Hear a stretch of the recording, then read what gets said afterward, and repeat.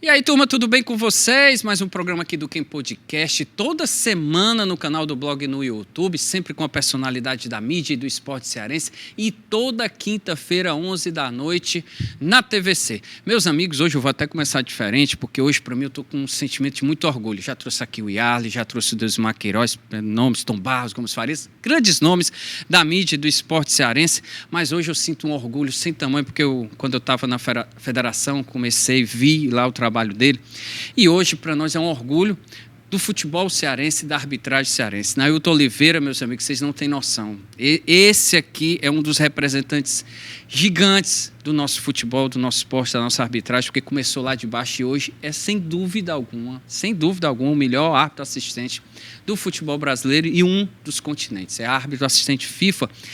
Final de Copa do Brasil, eliminatória, Sul-Americana, Libertadores, pré-olímpico, Arábia Saudita, cara, outro nível, outro patamar. Então, que orgulho, demais, demais. Você sabe do carinho que eu tenho enorme por você.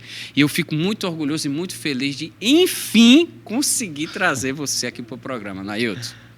Eu que agradeço, Kempis, a todos que acompanham aí o podcast. É sempre uma satisfação poder aceitar o convite, poder falar sobre a arbitragem, poder falar sobre os bastidores que envolvem não somente as atividades dentro do campo, mas tudo que a gente tem que fazer, todas as exigências, todos os requisitos que para estar em alto nível, buscando essa excelência tão falada no futebol brasileiro, é de fundamental importância que a gente tenha essas oportunidades de vir para o microfone e fazer esse bate-papo. Que maravilha. Pô, não, rapaz, são muitas perguntas, até porque a arbitragem sempre...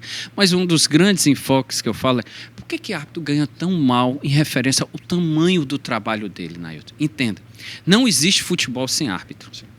E o detalhe, uma decisão da arbitragem pode mudar a história completamente de tudo. Então, assim, por que a arbitragem é tão pouco em relação ao tamanho de um espetáculo?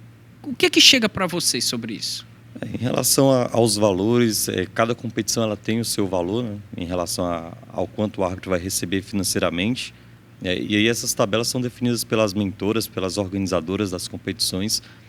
As entidades que buscam a defesa do árbitro, elas sempre buscam também a questão da melhoria dessa remuneração, através de benefícios, como por exemplo esse ano a CBF ela está bancando também nossas diárias em hotéis, alimentação, é um passo também importante nessa valorização. Muitos falam assim, uma hospedagem, não, uma hospedagem, mas em hotel de grande qualidade, que a gente se hospeda em Série A, Série B, alimentação adequada para que a gente possa ir para um jogo bem preparado e despreocupado em relação a ações prévias do jogo.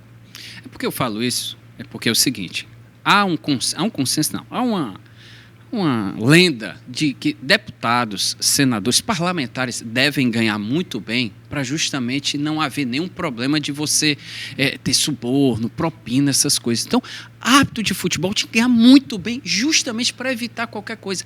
E a arbitragem é muito visada, Nailton, ainda mais nesses tempos de bets, essas coisas todas. Então, vocês precisam de uma blindagem muito grande, principalmente vocês que são de alto nível.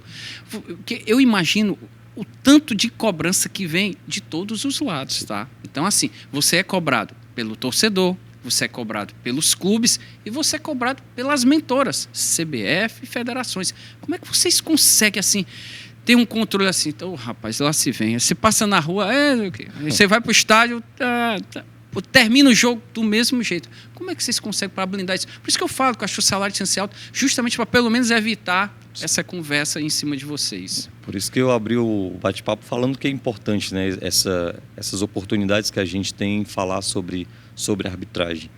Uma das coisas que todo ano eu sou obrigado a entregar na federação e na CBF são documentos que comprovam que eu não tenho dívida no SPC, não tenho dívida no Serasa, que eu não tenho, nos últimos 5 anos, um enriquecimento de forma, né, que desperte assim, as autoridades algo que possa estar errado, que são as situações das certidões de cartórios de bens e imóveis. Tenho que, além disso, realizar exames físicos, exames médicos, para que eu possa simplesmente ir para o campo e apitar um jogo de futebol. Meu Deus, não sabia disso, que precisava disso tudo ainda. Não posso dever nem ao tio lá da bodega da esquina, lá na Vila Peri. Rapaz, é uma conduta totalmente ilibada, né? Isso. Que a gente fala mesmo. Isso. Pô, Nailton, depois me fala um pouco assim, Nailton, que é árbitro assistente FIFA, como é o preparo, Nailton, assim, para você, hoje que você está na elite? Depois a gente volta lá para o começo, lindo começo do Nailton, por sinal, na carreira. Mas o que você fala? Como é o preparo, Nailton, que você faz, por exemplo, para você apitar um jogo? Você recentemente teve jogos decisivos, você apitando aqui, tanto pela Série A como Copa do Brasil. Como é? Sai a escala e aí, como é para você? Sai a escala, eu tenho que primeiro agendar toda a minha programação para a semana, antes da viagem, com treinamentos físicos Aí eu tenho diversos treinamentos físicos de alta intensidade, de média intensidade, de coordenação de carreiras e movimentos. Tenho que, pelo menos uma vez por semana, treinar com jogadores. Né? Tem uma escolinha lá próximo da minha casa, na Areninha, e aí eu aproveito esses jogadores que já estão em treino e faço ali uma parte de movimentação e ativação. Todas as semanas temos os treinos da federação, que também é numa Areninha, só que sem jogadores. Durante as competições do Campeonato Cearense, Série A e Série B, a gente, em alguns momentos, coloca jogadores para também os árbitros da federação fazerem essa atividade. E fora isso, tenho que ir para a academia todos os dias, só que no dia anterior ao jogo tenho também a questão do repouso, que é de fundamental importância. Mas isso tem algum acompanhamento, quando você diz que vai fazer toda essa parte física? Você tem um acompanhamento? Sim, a gente tem, a federação ela disponibiliza aqui nutricionista, psicólogo, 2 professores de educação física, além de fisioterapeuta, para que a gente possa ter ali um suporte básico, mas que um básico que em muitas federações do Brasil não dão esse suporte. A federação dá esse suporte. Federação Cearense. A CBF, então, não dá esse suporte todo hoje porque com vocês? É muito grande, né? O Brasil, ele, devido à sua dimensão, ela não consegue abranger com esses profissionais a todos os árbitros do país. Interessante. Então a federação lhe dá um suporte, Isso. obviamente, para você ter esse trabalho. Você falou aí, beleza, você recebeu a escala, fez todo esse trabalho. Aí como é essa parte da viagem? Por exemplo, você vai apitar um jogo em Belo Horizonte. Pronto. Atlético Mineiro e Flamengo, que você apitou. A viagem, eu viajo sempre um dia anterior ao jogo e volto no primeiro voo depois no dia seguinte da partida.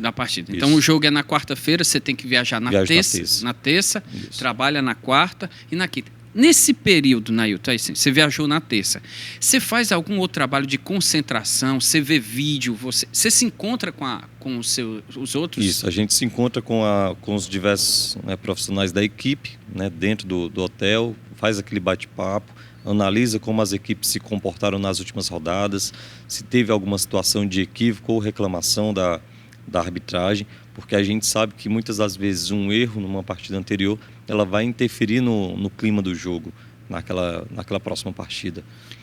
E você não pode também levar como, por exemplo, como uma carga que não é sua, né? Mas saber controlar esse ânimo do jogador que você vai ter dentro de campo. Eu queria tirar. Apareceu tantas dúvidas, mas interessante. Você falou isso aí, eu tenho que perguntar. Beleza, você vai, supondo aqui que você foi. Como você trabalhou em Atlético Mineiro e Flamengo, pelo Brasileirão. Aí no jogo anterior, só uma suposição, obviamente, teve um erro lá contra o Flamengo. Eles chegam para vocês, erraram na vez lá. Hoje, sim, eles conversam com vocês sobre isso? Falam sobre isso. Muitas das vezes os jogadores falam, no jogo tal já aconteceu isso. E a gente tenta, a questão de bater de frente pode acabar também inflamando o jogador. Você escuta o jogador, ok, mas aí já passou, que é outro jogo, é outra história, então vamos lá, foca aqui, para que não possa interferir no controle do jogo. Jogadores, assim, a gente percebe, né, tá ali, principalmente no seu caso, né, de assistente, o árbitro erra. Não é. Na opinião deles, ele erra. Né? O árbitro está certo, mas na opinião deles é errado. Aí ele chega lá e fica falando, por exemplo, com o assistente. O que eles falam ali se quem definiu foi o árbitro? Tentando o poder do convencimento, né? Tentando convencer alguém da equipe para que possa chamar o árbitro. Porque antigamente, quando não se tinha um VAR, o que acontecia? Os jogadores corriam para o assistente, para o bandeirinha, né? Começavam a falar, não foi isso. E alguns assistentes chamavam a responsabilidade para si, tentando passar uma informação para o árbitro, e eles achavam que isso dava certo. Né? Okay. E aí os jogadores têm essa cultura de correr para cima do árbitro, as mesmas situações com o VAR hoje. O que acontece? O árbitro tem uma decisão, todos os jogadores vão para cima do árbitro tentando convencer, Isso. achando que aquilo vai adiantar de alguma coisa. Neto, por favor, é justamente isso é outro questionamento. A decisão tá lá, é um impedimento, né? Tá ali na linha, Sim, assim, um negócio bem assim. Aí a decisão é do VAR, que vai traçar a linha. O árbitro diz, ó, ele tá traçando ali. Aí vem lá, assim, uns 10... O que eles... Por favor, só me explica. O que eles ficam falando pro árbitro? Assim, às vezes eu tento ver a leitura labial e dizer assim, o que eles falam? E o árbitro fica dizendo, calma. Você pode me dizer o que é que eles Às falam? vezes eles ficam falando que a linha está posicionada no local errado, é para a esquerda, é para a direita, não é nesse jogador. Tem que botar no outro jogador, não é nesse, tá vendo que não é nesse. São coisas assim que é quase como se fosse uma briga de um marido com a esposa. O marido tentando convencer a esposa que ela está errada. Então, é uma briga meio que injusta. O jogador ele tem essa cultura no Brasil de tentar convencer durante uma revisão, sendo que não vai dar nenhum resultado. Não, e outra coisa, assim, você lá acabou levantando a bandeirinha e tal, estava impedido. Aí eles vão lá e ficam questionando. Às vezes, assim, um pênalti também, né? Marcou um pênalti, um cartão vermelho. O que os jogadores... Assim, eu queria muito saber se vocês conversam com os jogadores, porque, meu amigo, já marcou. Se aquiete, não vai... O que eles tanto falam? E assim, isso entra alguma coisa na cabeça? Porque muitas vezes a gente acha, pelo menos nós aqui da imprensa, e alguns torcedores também, assim, não, ele está pressionando o árbitro, porque para na próxima vez o árbitro acabar cedendo alguma coisa. O que chega para vocês e como é que vocês lidam com isso? Nos meus jogos, se você pegar uma situação de uma sinalização de impedimento, a primeira coisa que você vai perceber é que eu vou fazer só isso aqui pro jogador. Se ele vier questionar, eu vou fazer só isso aqui. Não falo nada, porque aquele período que eu levanto a bandeira, o árbitro apita, e aí vai iniciar uma checagem, né? Uma checagem por parte do VAR. E aí toda aquela parte ali, numa situação de mudança ou não de decisão, pode ser que seja divulgado o áudio. Então, para que não exista aquela poluição, o jogador, não estava não, aí eu dizendo, estava, não estava não, estava. Vai ficar acabando poluindo. E se você pegar um áudio do VAR no Brasil para um áudio na Europa, você vai perceber a diferença. Nossa. Tanto que nos meus jogos eu fico, impedimento, segue, para não ter aquela gritaria, aquela coisa meio que descontrolada. Porque muitas das vezes a gente pega um áudio e sai aqui, o árbitro, sai aqui, o jogador, não sei o que, pode olhar, não sei o que. Diversas situações. Você pode fazer um diálogo ali dentro do campo, mas de forma controlada. Para não poluir o ambiente, não poluir o áudio, que às vezes é tanto barulho demais, que você nem entende o que está sendo falado. Exato. Eu queria saber, aquele áudio que a gente escuta quando a CBF divulga ali, você também está escutando aquele dali? Rapaz, sabe, Nailton? Escutamos tudo. Meu Deus, cara, tem umas coisas que é difícil compreender, além do barulho. Sim, da torcida, que é gigantesca. Quem está no estádio, eu já trabalhei lá embaixo. Nossa, é difícil, eu não consigo. Olha, eu fico às vezes do lado do banco reserva, né? Eu fico ali, o pessoal da imprensa. Eu não consigo escutar o treinador falando aqui. E o treinador, acho legal, o treinador fica gritando o jogador lá do lado. Meu amigo, se eu não estou escutando você aqui do lado, me perdoe, ele não vai me escutar. Só na mímica, ou então se for profissional de leitura labial lá da cidade. Só pode. E aí vocês, assim, como é a comunicação? Vocês conseguem dar para ouvir bem direitinho ali para vocês? A qualidade dos rádios utilizados nas competições nacionais são muito boas, né? Tanto que esses rádios eles têm um valor muito alto de mercado. Os equipamentos somente cada equipamento eles sincronizam entre si. Não posso pegar, por mais que seja da mesma marca, 2 conjuntos de rádio e tentar configurar entre eles. Tem que existir lá uma configuração exclusiva da própria empresa. E no intervalo, outra coisa para falar de jogo, no intervalo às vezes a gente fica assim, eita, o árbitro ali viu que errou, ele vai ver lá no intervalo. Acontece isso? Dependendo da situação, tem árbitros que preferem não deixar ninguém tocar no celular, desligar a televisão, caso tenha no vestiário, para que não possa existir um peso negativo, Entendi. Um peso no mental do árbitro para o segundo tempo. Isso interfere muito. Por falar em mental, eu queria que você falasse isso. Pô, Neto, deve ser muito difícil. Olha só, a gente está falando de uma arbitragem, de um árbitro que tem um poder de decisão gigantesco, uma responsabilidade enorme. A gente vê um jogador, se ele perde um pênalti, geralmente ele até desaba durante a partida. O mental dele vai lá para baixo. Como é para vocês quando vocês, tanto no lado bom quanto no lado positivo, né? Para você não pode se empolgar porque você acertou e nem você pode ficar entristecido porque você errou alguma coisa. Como é que vocês conseguem trabalhar isso ali, o mental, para realmente isso não tirar o foco de vocês? O meu modo de atuação é trabalhar de jogada a jogada, né? Por mais que seja um equívoco ou um acerto, é saber que uma partida, sim, é de jogada em jogada, de decisão por decisão, seja ela um pequeno lateral ou seja ela uma decisão de anulação de um gol no último minuto de jogo. E aí, através disso, eu vou passando, e quando menos espero já está na parte dos acréscimos. Mas isso aí você faz um trabalho com Sim, um psicólogo, com profissionais, né? isso. Com profissionais para Isso. você. É porque eu acredito que deve ser muito difícil, né? Porque você imagina, eu tô falando porque você é o árbitro assistente, né?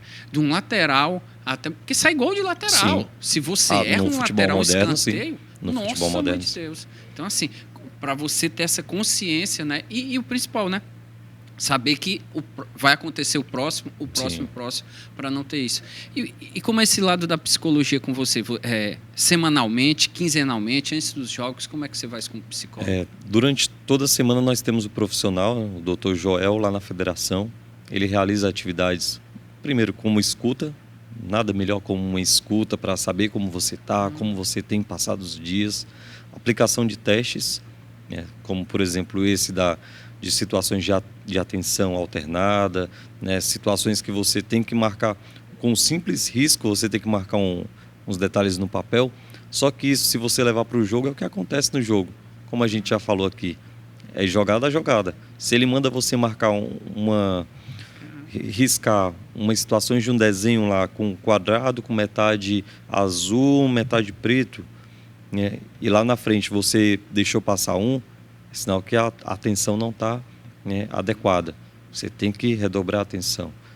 Situações como essa também, com a utilização de aplicativos, você está com o celular, hoje todo mundo fica com o celular na mão. Aplicativos de joguinhos, né, que não passa de 15 minutos, porque quando passa de 15 minutos fica já um vício, mas que aquele jogo possa te trabalhar situações de concentração, de memória, situações de agilidade. E essas atividades você buscar o foco, buscar o ponto principal e aplicar nos seus treinos e nos seus jogos. Que maravilha. Voltando um pouco agora para falar um pouco exclusivamente, não só do futebol e tal, da arbitragem, mas de você. Conversa essa que você começou como fotógrafo. Que história é essa? É verdade mesmo? Na minha federação, na minha igreja, né, tem diversos serviços. Qual é a sua igreja, por favor? Lá na paróquia Emanuel Sátiro, a Nossa Senhora das Graças. Tem diversas pastorais, né, grupos e movimentos. Eu fazia parte da PASCOM, e aí eu tinha minha câmera, fazia as fotos dos eventos da igreja. Essa paixão por fotografia foi tão alta que depois acabei adquirindo um drone. Nossa. Fazia as filmagens com os drones na missa, na igreja, nos eventos, passeatas, né, as caminhadas que a gente fazia lá. E depois fui para a Pastoral do Canto, né, da liturgia, onde também ainda sirvo quando assim os jogos me permitem, né? Normalmente nas segundas, que é mais folgado, mas ainda sirvo lá na igreja. Isso é um bom cantor, né, também? Eu não sei se a gente fala, né? Mas é cantor mesmo, né? Eu tento. Nossa, não, que é isso. Quem acompanha o Instagram do Nailton sabe que ele tem uma voz bacana e canta muito bem, um louvor muito Quem sabe bom. Quando se aposentar dos campos, eu venho para cá, para a TV. Qual o tipo de louvor que você mais gosta de cantar? Todos da igreja, em relação à igreja católica, né? Em relação à parte gospel, às situações, aquelas missas mais voltadas para questões de homenagens, por conta na segunda, como a gente chama lá, missa de memória dos fiéis, né? Fiéis defuntos. Então eu prefiro cantar na segunda, que eu posso escolher aquelas músicas que tocam mais o coração daquelas famílias. De louvores, inclusive acabei postando uma aí, Porque Choras, do Frei Gilson, porque é um cântico que ela tem muito... A letra é um pouco assim, ela toca muito quem está passando por um momento de dificuldades. E eu imagino que o tanto de dificuldade que você passou no início. Fala um pouco desse seu início. Né? Por que árbitro, né? Assim, a gente Meu pai não queria, né? Meu pai queria que eu fosse goleiro. Goleiro? Aí não goleiro, quis. Aí é complicado. Por incrível que pareça, quando eu era criança, eu tinha uma vergonha de calçar chuteira e meião. E aí meu pai insistia, vou lhe colocar na escolinha ali. Eu, não quero não. porque eu tinha vergonha de calçar chuteira e meião. E aí eu tinha um campo próximo da minha casa, que era um campo de terra batida, onde toda criança jogava lá daquela região. Comecei lá, quando não estava jogando, estava no time de fora, e quando estava no time de fora, inventava de apitar. Ah, era? Era, inventava de apitar os jogos. Foi aí que um senhor, passando lá pelo campo, ficou olhando. E eu tinha lá meus 14, 15 anos. Um senhor que me ajudou bastante na minha carreira, né, que foi o seu Manuel Meirelles, inclusive fez um ano do falecimento dele, dia 28. E aí ele passando, parou, e quando deu um intervalo ele me chamou. Né? Aí ele, você não quer apitar ali comigo? Lá no campo do Floresta? Aí eu, não, minha avó não deixa não, porque eu era criado pela minha avó, minha avó não deixa não, porque eu não sabia quem era o senhor, né? Aí ele, não, eu peço a ela, não, mas ela não vai deixar não, eu sei que ela não vai deixar. Aí ele, pois tá certo. Aí saiu. Quando foi num sábado pela manhã, minha avó me chama, né? Ô Nailton, tem um senhor aqui fora querendo te levar para apitar. Eu disse para ele que podia levar, e eu, não, a senhora nem conhece. Aí ela, não, ele disse que vem lhe buscar e vem lhe deixar. E eu, meu Deus do céu. Foi aí que ele me levou para... eu vou lhe levar, mas eu não vou ter dinheiro para lhe pagar não, meu filho. Mas eu vou lhe dar um apito, vou lhe dar um cronômetro, vou lhe dar um uniforme para você apitar e você vai ganhar dinheiro com isso. Aí eu, tá certo, vamos lá, né? E todos os jogos que eu ia para apitar era WO. Eu acho que eles só chamavam um dos times para esse jogo e sempre dava WO. Foi aí que teve uma competição, era durante o sábado e o domingo, lá naquela região lá da Vila Manuel Sátiro, era chamado Copa da Construção Civil. Só os operários que passam a semana ralando, no final de semana ia se divertir através dessa Copa. E aí ele me colocou não para apitar, porque era um campeonato de adultos, mas me colocou para bandeirar. E foi aí que eu comecei a despertar, né, a paixão por assistente e não para árbitro central. Pô, que massa. Então, graças ao torneio de operários, você virou assistente. Sim, no campo aberto, com o cachorro entrando dentro do campo, com a bola embarcando lá na Lagoa do Mudubim. Ah, pai, que maravilha, que espetáculo. E aí, né, pegou gosto para ser praticamente ser profissional. Sim. Hoje você vive da arbitragem exclusivamente para isso. Como foi isso aí? Aí daí, não vou dizer abandonar os estudos, sim, mas para você focar exclusivamente. Aí ele sempre me recomendava, né? Mas meu filho, isso aqui não é... então ele virou teu tutor mesmo, né? Um mentor para... Ele é uma das principais pessoas na minha carreira, foi o seu Manuel Meirelles. Oh, que massa. E aí ele sempre falava, isso aqui é só o começo. Assim que abrir o curso da federação, você vai para o curso da federação. E aí, na primeira oportunidade, quando o edital foi lançado, em 2010... eu fui o aluno número 1 da inscrição no curso da federação. Aí daí do curso, aí pronto, aí você começou. Assim, mas aí comecei antes da minha formatura eu já tinha feito uma partida de terceira divisão do Cearense, através do desempenho que eu tinha feito durante o curso. Porque assim, a arbitragem também é investimento, né? Claro. E aí eu sempre buscava isso, eu buscava ter zelo, buscava tentar me destacar sem derrubar ninguém. E durante o curso, uma das primeiras coisas que eu fiz foi o quê? Foi comprar minha bandeira eletrônica, que muitos da federação não tinham e não tem ainda uma bandeira eletrônica. E no curso eu já tinha a minha. Caramba. E isso despertou as pessoas da comissão. Falaram assim, o menino no curso já comprou a sua bandeira. Me colocaram num jogo Paracuru e Jardim lá no Trairi, no estádio Barrosão. E aí eu fui crescendo dentro da federação. Primeiro jogo, então, foi Paracuru versus Jardim. Série C do Cearense. Série C do Cearense. Meu, rapaz. Antes mesmo de me formar. Que destino maravilhoso. O Nailton, depois eu mostro aqui, pra vocês verem aqui o cartão, que o Nailton está aqui, mas mostro daqui a pouco, tá bom, Nailton? A gente vê aqui os cartões, o Nailton trouxe aqui pra gente dar uma olhada.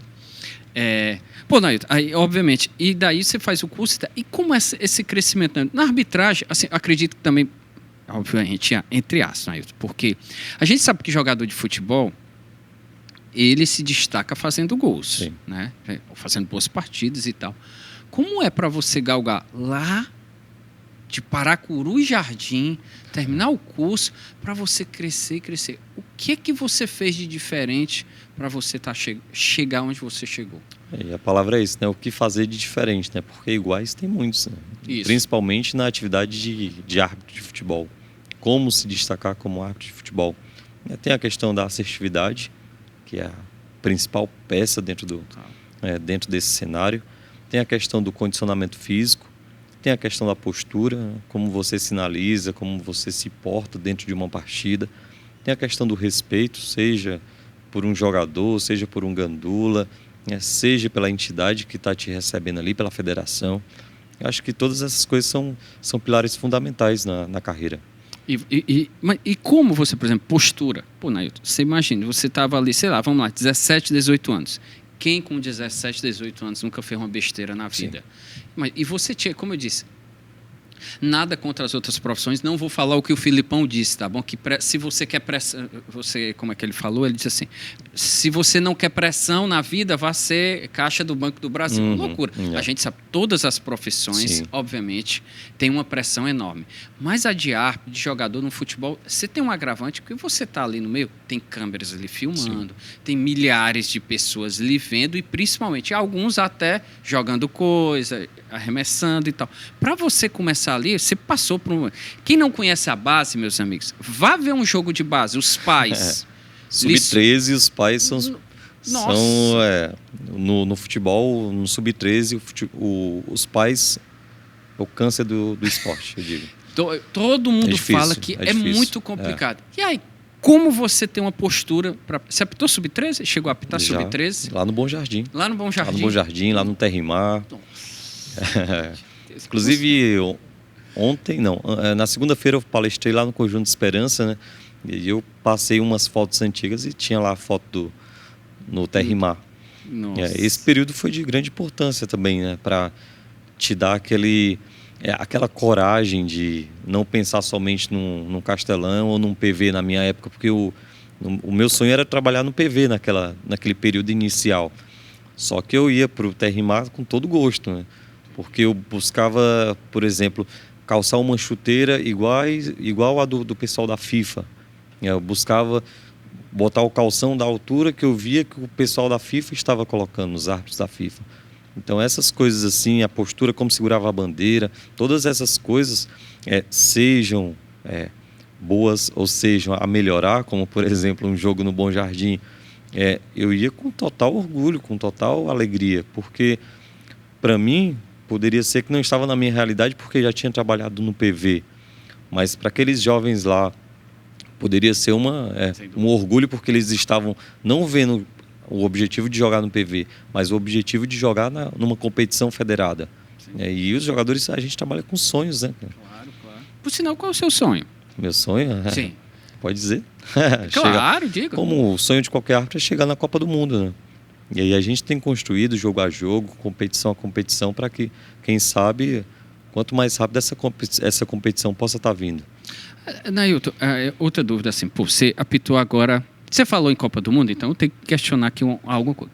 Árbitro de Copa do Mundo sem dúvida alguma, são os melhores dos melhores dos melhores. Né? Não tem como, não tem essa conversa, o pessoal fica, ele foi indicado, meus amigos, me perdoe, não tem isso não. É a FIFA lá em cima que diz assim, quem é o melhor? É esse aqui, e deve ter alguma análise.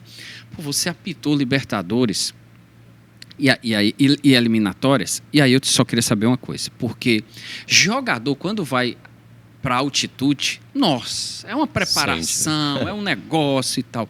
E o árbitro? Como é o árbitro? Você trabalhou lá no jogo da Bolívia, foi 1-0, Bolívia e Colômbia, Bolívia e Chile, Bolívia e Colômbia 1-0, em Paulo Alto, 4.000 metros. Como é? Caramba, 4.000 metros. Me diz aí, por favor, conte. Para você tomar banho, você sente falta de ar. Para você amarrar o cadastro, você sente falta de ar. Para você subir uma escada, você sente falta de ar. Eles buscam tentar adaptar, né, que a gente chegue no máximo, 2 dias antes, no local da partida, para você se adaptar, né?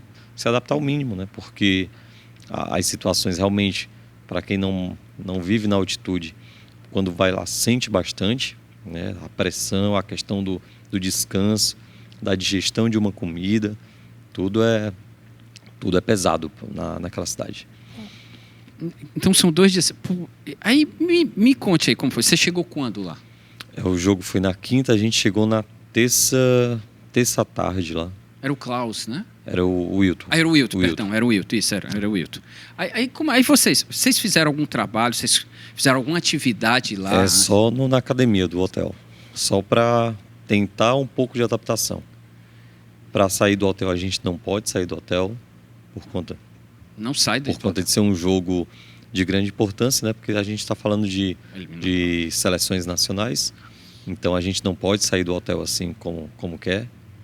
Caramba, todo um aparato, fica dentro do hotel, Isso. então, concentrado. Todo um aparato. Se for sair do hotel, tem que falar para o representante da partida. E para onde vai e o que vai fazer. Nossa. E aí, né? Como foi o jogo? Você sentiu? Como foi? No jogo da eliminatórias eu não senti muito, porque já era a minha terceira oportunidade naquela cidade. Porque por 2 vezes nas competições, né? Isso, fui lá em El Alto. Na primeira oportunidade fui lá, por favor, fala aí. Senti bastante. Além do cansaço, da pressão, da altitude, senti também que é por conta do frio. Estava muito frio no dia do jogo. E o jogo, se não me engano, era 11 da noite aqui e 10 da noite lá. E aí, você usou alguma coisa? Vocês tomam alguma coisa? Eles recomendam que a gente tome o chá da coca, né? Porque aí ajuda na questão da dilatação dos vasos. E aí eu, particularmente, eu não usei nada, porque eu consegui me adaptar naquele período. Só senti muito por conta do frio e pela respiração que você tenta correr e respirar, e você sente um pouco de pressão. É como no período da pandemia você estivesse correndo com a máscara. É mais ou menos aquela sensação. Só que e outra coisa, no vestiário tinha um balão de oxigênio disponibilizado pra gente. Você usou no intervalo? Não. No intervalo? Queria usar por curiosidade, mas acabei não utilizando. E no final, não usou também? Seu físico tá bem, então, né? Tá. Adaptou. Comebol quiser me mandar novamente lá, tô aceitando. Como foi receber um convite para trabalhar no Eliminatórias? Eu falo na federação, toda competição, todo jogo novo para mim, eu me emociono, porque é algo novo. Foi assim quando eu fui para o primeiro jogo da Libertadores, para a primeira competição da Comebol, foi assim quando eu recebi o convite da Arábia, foi assim quando eu recebi o primeiro jogo de eliminatórias, porque é tudo novo, é outra coisa que eu vou experimentar em relação à organização, à estrutura, a uma competição, porque ali é outro processo. Por exemplo, eliminatórias é outro processo. Quando você fala processo, o que significa isso aí? No caso, processo para outra oportunidade, que seria uma Copa do Mundo. Entendi. Tudo isso é novo, então eu tenho que desfrutar da melhor maneira. E vocês recebem algum relatório depois do jogo? Né? Sim. De quem é esse feedback? É da federação daqui, da Comebol, da FIFA? Quem é que te manda esse feedback? Sempre é pela organizadora. Por exemplo, como é que funciona no Campeonato Brasileiro? A gente tem a escalação, a escala saiu do jogo.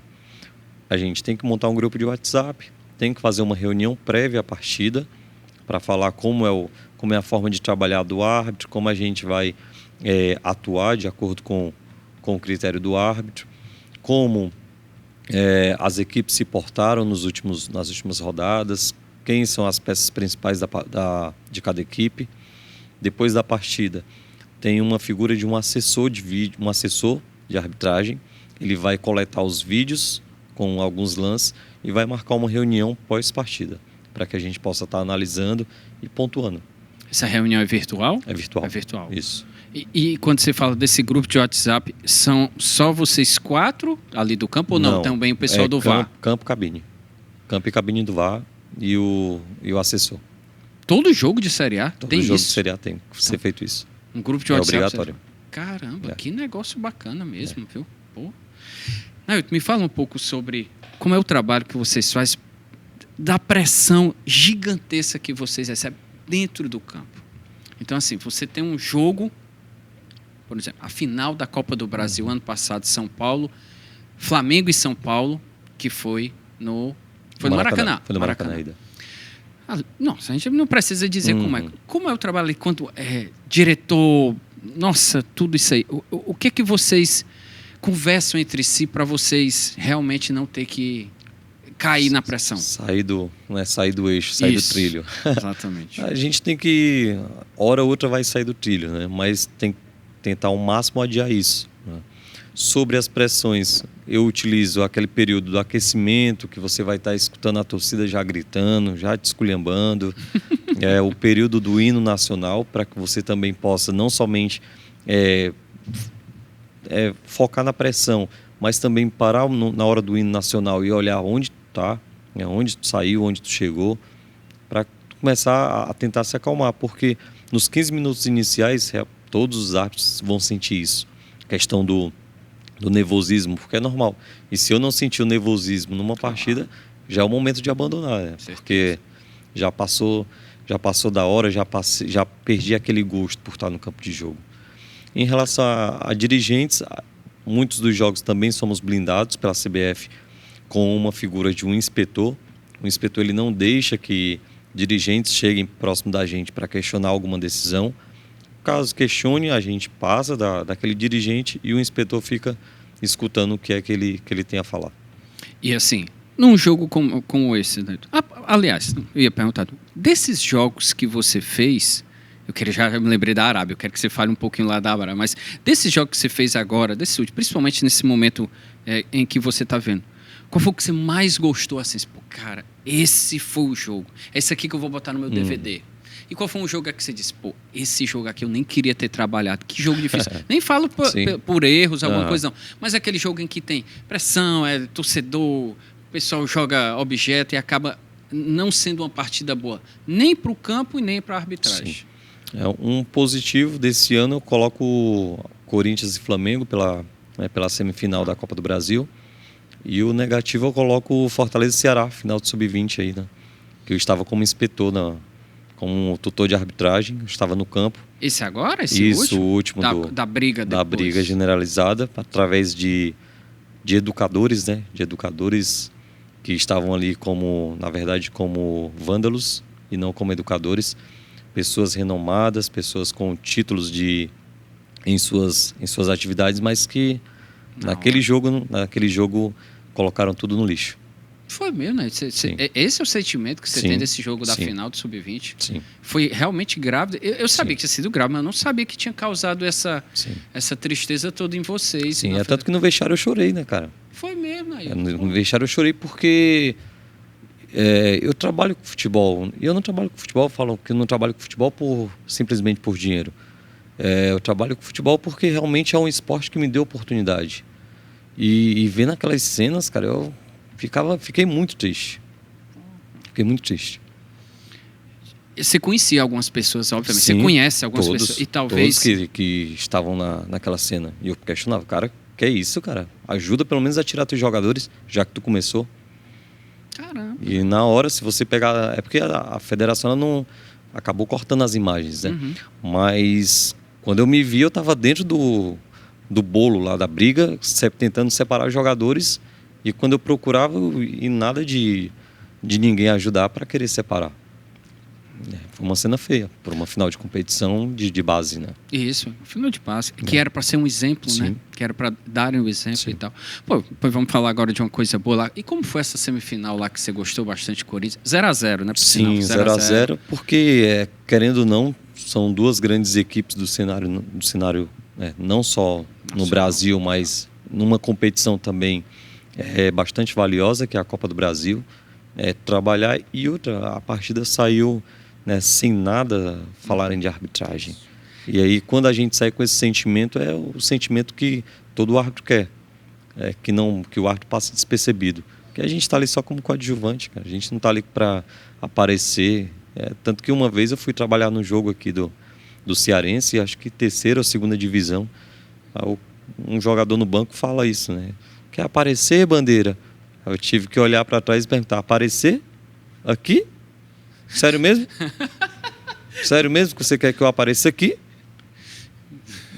Eu falei, aparecer, se eu quiser aparecer, eu apareço quarta-feira, né? A nível nacional. Aí ele o respeito. Aí eu, olha o respeito, né? Muito bom. Falar nisso, termina o jogo, aí vocês se juntam lá, né? Vocês quatro, né? Vai o quarto árbitro, os dois assistentes e o árbitro. Vocês ficam ali, geralmente no meio de campo, celebram quando a vitória. Aí vai algumas pessoas lá. Eu sei, alguns vão para elogiar, outros para ironizar, Yeah. outros para reclamar, criticar, xingar.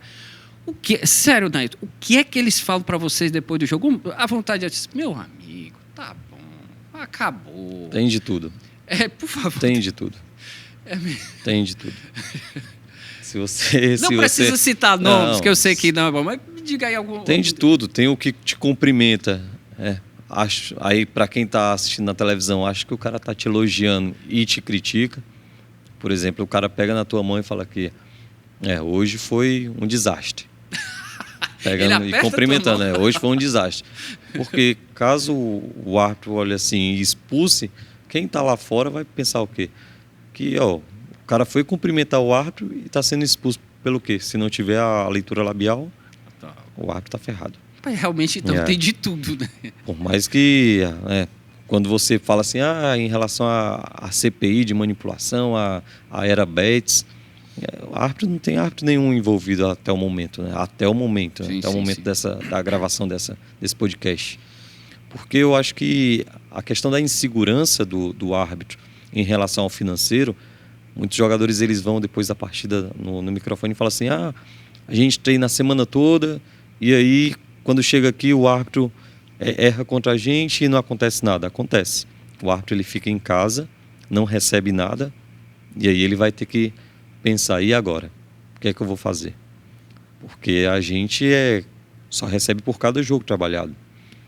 O jogador não. O jogador, se ele quiser fazer corpo mole, quiser ir para a balada, pegar uma suspensão, pelo menos metade do salário ele vai ter ali na conta dele no final do mês. Falar nisso, Nailton, como é esse lado dessa parte financeira mesmo, né? Porque muitos acreditam, né, que muitos não sabem como é que vocês recebem, né? Vocês recebem por jogo, né? Isso. Então, se vocês forem suspensos, afastados, não recebe nenhuma ajuda, nada, Nailton. Eu, no meu caso, além da arbitragem, né, eu presto serviço para a federação, trabalho Você é como da escola, isso, né? trabalho como coordenador da escola, coordenador geral de ensino, e tenho meu salário fixo. Agradeço também à federação por essa ajuda, porque querendo ou não, eu tenho minha renda ali para que eu possa me manter fora os jogos que eu trabalho. E como é para os outros árbitros, então, Nailton? Só explica um pouquinho. Os outros árbitros são prestação de serviço também. Então vai lá, recebe seu Isso. salário e pronto. Errou naquele dia, foi suspenso. Afastado. O que ele faz na vida?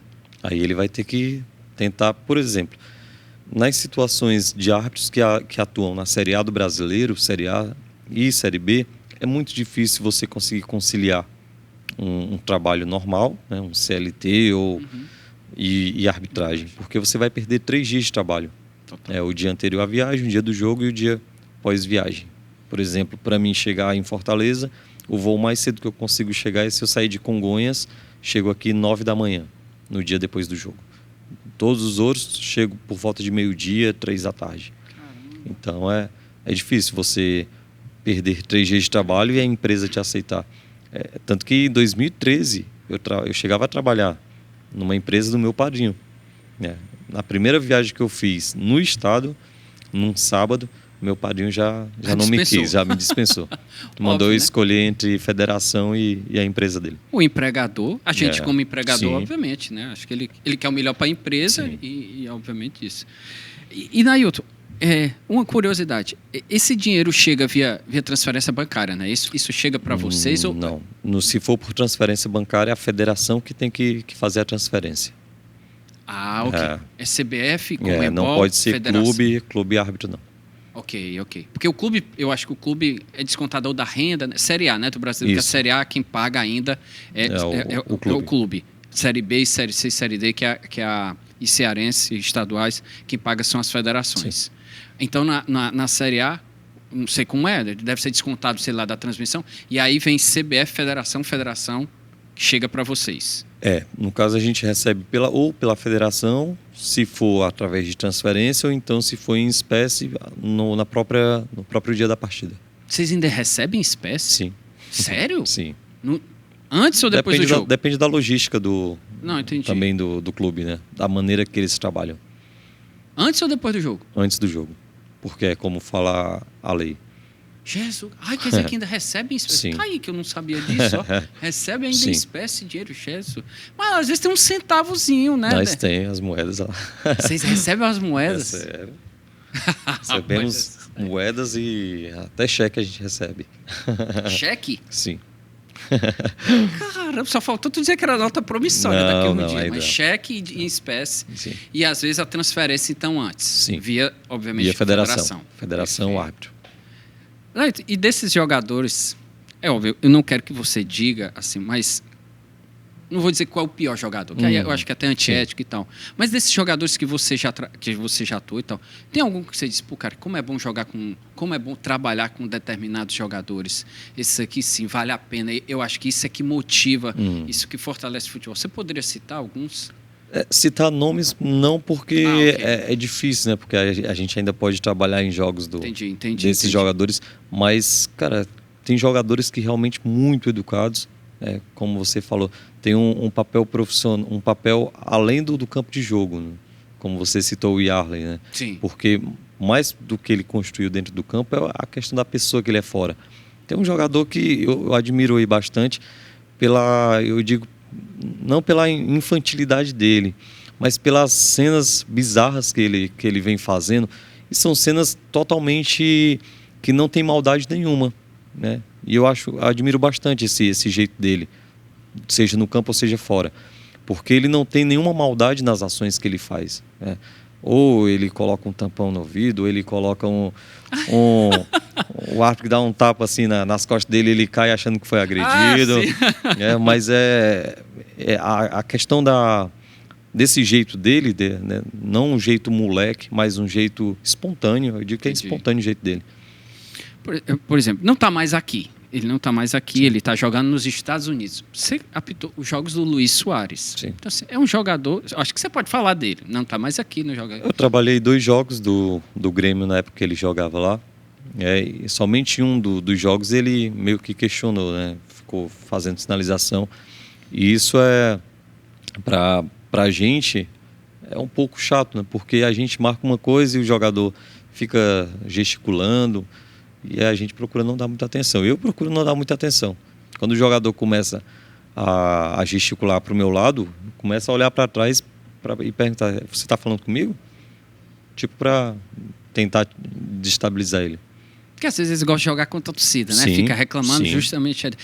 Vocês conversam sobre isso, vocês, o quarteto, o quinteto, às vezes, sobre isso. Ó, esse jogador aqui Sim. Adora fazer isso aqui. A gente tem que falar sobre isso no planejamento, né? Quem é o jogador que vai para dentro da área no 1 para 1, quem é o jogador que é conhecido como Caicai, qual é o jogador que gosta de dar um de xerifão. Tudo isso a gente tem que entender. Interessante, muito interessante. Neilton, como foi lá na Arábia? Por favor, explica aí. Primeiro, como foi essa ideia de receber o convite? Quando eu vi, rapaz, o homem está em outro nível. A Arábia, hoje é como se fosse o Eldorado, né? Para tudo, em termos de jogadores e tal, de muito dinheiro. Como foi esse convite? Como foi que chegou para você esse convite para apitar lá? Lá na Arábia, eles têm um contato direto com a Conmebol em relação a esses convites de levar árbitros. Quando eles solicitam, né, árbitros de outros países para que a gente possa atuar lá. E aí eles entraram em contato com a Conmebol entrou em contato com a CBF, e a CBF assim entrou em contato com o quarteto que viajou. E aí é uma oportunidade única. E aí, você gostou lá? Nossa, como é que foi? A questão da estrutura, questão da tecnologia. Lá eles utilizam o VAR, a tecnologia da linha do gol, e nas linhas do impedimento é a semiautomática, a mesma utilizada na Copa do Mundo e na Premier League. Isso. Okay. Então, assim, para essa mudança que eles estão tentando através do futebol, né, é uma outra realidade. Porque eles estão investindo, querem também um serviço de alta qualidade, né? Porque, querendo ou não, a viagem de primeira classe, né? Você não vai viajar de primeira classe à toa. Então, lá não foi a passeio, foi correria. Mas deu para conhecer alguma coisa? Vocês saíram ou não? No dia após o jogo, a gente fez um passeio na cidade ainda. Foi o quê? Foi em Jeddah. Jeddah? Jeddah. Vocês ficaram lá, né? Isso. Mas vocês seguiram todo o protocolo, Neilton? Em relação para a partida, como se for isso, tudo, né? Sim, aquela viagem, um dia antes ou 2 dias antes? Acho que viajamos 2 dias antes, mas chegamos lá um dia antes, que foram 17 horas de viagem. Eu imagino, né? Então, Concentração no hotel, aquela Ainda coisa toda. ainda tomei um susto, porque na ida de Fortaleza para São Paulo, o voo desviou e foi para o Rio de Janeiro, Minha nossa. por conta da tempo, condição climática em Guarulhos. Pronto, vou perder a viagem. No dia que eu vou para a Arábia, meu voo vai para outro lado. Só que, na mesma hora que eu falei, meu voo foi desviado para outro aeroporto. O pessoal da Arábia, você consegue desembarcar nesse aeroporto que você está, e tem voo saindo daí, para aí mandar as opções. Caramba, foi mesmo, né? Eles cancelaram a minha viagem por Guarulhos e me colocaram pelo Galeão, indo pela França e fazendo conexão para lá. Espetacular, rapaz. Total. A questão da disponibilidade deles em ajudar, em resolver o problema. É outro nível. Né? Outro nível. Que maravilha. Pô, Nailton, a gente tem tanta coisa para conversar ainda, mas o programa tá... Eu queria muito falar sobre profissionalização. Conversei aqui com o Vlad Erison. Queria muito falar sobre VAR com você, muito como todo esse trabalho. Você tem o curso, você trabalhou com o então você conhece muito bem. Queria muito para falar sobre isso. Mas a gente está chegando no final, mas eu tenho que resolver. O VAR ajuda vocês? Como é que vocês veem esse trabalho do VAR? Ajuda. O VAR ele ajuda porque antes, por exemplo, como eu queria que em 2013 tivesse um VAR no jogo Ferroviária e Casa, né? Trabalhei nesse jogo, é o jogo que o pessoal fala assim, qual o jogo que marcou a tua carreira? Ferroviária e Casa. Porque foi quando eu tive um equívoco e esse equívoco nunca mais eu cometi devido o erro que eu tinha feito naquela partida, que era em relação ao posicionamento. Então, como eu queria que tivesse o VAR, porque o jogo foi no sábado, passei o domingo, a segunda, sendo atacado nas redes sociais, e é porque nem era conhecido, né? Mas os torcedores foram atrás, era meu primeiro ano de Série A, e isso, nossa, passou a me questionarem quanto eu tinha recebido, tudo isso. Então, foi um período muito, muito chato para mim. O VAR lhe ajudaria justamente por isso, né? E você percebe isso, o VAR veio para tentar ajudar mesmo o futebol. Sim, só que a questão da ajuda não passa somente da arbitragem, né? A ajuda passa pelo jogador, que tem que entender um pouco da regra, passa da comissão técnica, dos dirigentes, torcida, imprensa. Então, todos têm que estar somados na questão da melhora do futebol. Perfeito. Não basta o árbitro estudar a regra, aí o jogador vai para o campo de jogo, faz um gol, sobe o alambrado, leva um segundo amarelo, reclama, por que eu estou levando um cartão amarelo? Porque é a regra. Aí a torcida fala, mas o futebol não pode mais comemorar, mas é a regra. Porque se ele vai comemorar lá no alambrado, tem uma criança e o alambrado cai por cima da criança, é o risco que ele causou. Entendo. Jogador sabe da regra? Sabe não. Se você chegar para um jogador e perguntar quantas regras tem o futebol, ele vai dizer 30, 70, 80, 2. Não sabe. Para quem não sabe, são 17, tá, Isso, gente? são 17, até a gente brinca. Sabe, né? Não, porque existia antigamente, né, Cabrinha?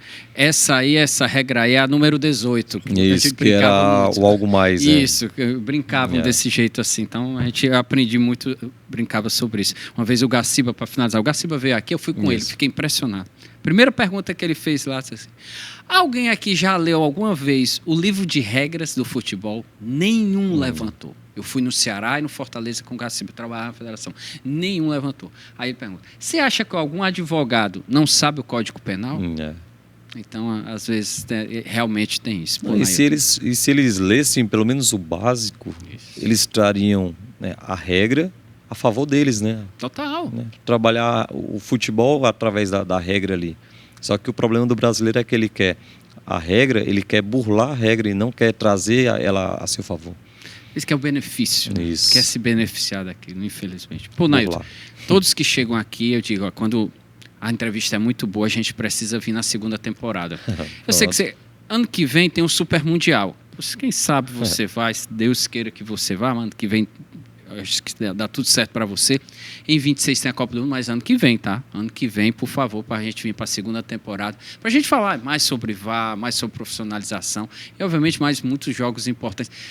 Olha, você faltou falar de lances inusitados, de dirigente, de mascote, de cheerleaders. Já expulsei mascote, já expulsei. Já expulsou um mascote? Já expulsei 2 vezes um mascote aí. Aqui? Sim. Olha aí, tem que contar essas histórias, né, Nilton? Obrigado, de coração. Eu que agradeço, Campos. Neilão, só para ver aqui, ó, como é. É a Tadeu? Aqui, Tadeu, ó. Por favor, dá uma olhadinha aqui, ó. A gente está acabando o programa. Aqui, ó. Esse é o cartão amarelo do homem. Olha aí. Nailton Oliveira, assistente FIFA, por tudo, dai graças a Deus. Magistral, Nailton. De coração, Nailton. Obrigado mesmo. Aqui o vermelho também do mesmo jeito, da mesma forma. Nailton, obrigado, cara. Eu que agradeço. Não imagina que... Espero que você tenha gostado. Gostei demais. Muito obrigado de coração. Espero que realmente venha sucesso para você. Ser um orgulho para nós aqui do estado do Ceará, porque você faz um trabalho espetacular para quem começou com tanta dificuldade para chegar no topo como você. E que esse topo cresça mais ainda para chegar numa Copa do Mundo, para chegar no máximo e poder nos orgulhar, não somente a nós, mas principalmente a você, sua família e seus amigos. De coração, obrigado mesmo. Eu que agradeço mais uma vez o convite, né, para poder fazer esse bate-papo, que a gente possa assim, abrir portas para que mais jovens, assim como eu, tenham essa oportunidade de chegar onde eu estou chegando, onde estou buscando chegar ainda mais longe. Sucesso, né? Obrigado, minha gente. Se você chegou até aqui porque você gostou, então deixa seu joinha, deixa seu like, deixa sua curtida, comente, por favor, ajuda demais. Se inscreva no canal do blog, compartilhe aí nos grupos de WhatsApp, de Telegram. E lembrando, toda quinta-feira, 11 da noite, aqui na TVC, a gente tem sempre uma personalidade da mídia e do esporte. E hoje foi esse grande árbitro assistente, querido Nailton Oliveira, cearense aqui, Vila Manuel Sátiro, Vila Peri. Um orgulho para todos nós. Obrigado, Nailton. Sucesso. Valeu, gente. Até a próxima.